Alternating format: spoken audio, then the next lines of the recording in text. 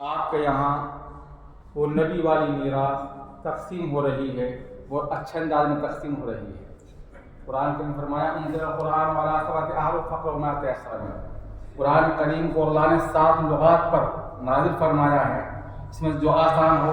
الحمدللہ ایک طریقے سے قرآن شریف یہ بچے اس طریقے سے پڑھتے ہیں، آپ حضرات بستی والے بھی اس کی بہت کوشش کریں کہ ہم بھی اپنے بچوں کو اسی طریقے سے قرآن شریف سکھائیں، اس طریقے سے مدرسے میں بچے سیکھ رہے ہیں، اور ان بچوں کو یہ سمجھیں گویا یہ ہماری نجات کا ذریعہ ہے، ہماری آنے والے علاقے پر آنے والے آفات کو روکنے کا ذریعہ ہے۔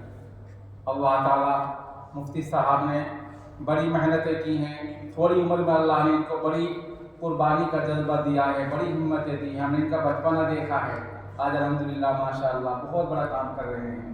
اللہ تعالیٰ ادارے کو، ان کی محنت کو دن دگنی رات کو ترقی نصیب فرمائے۔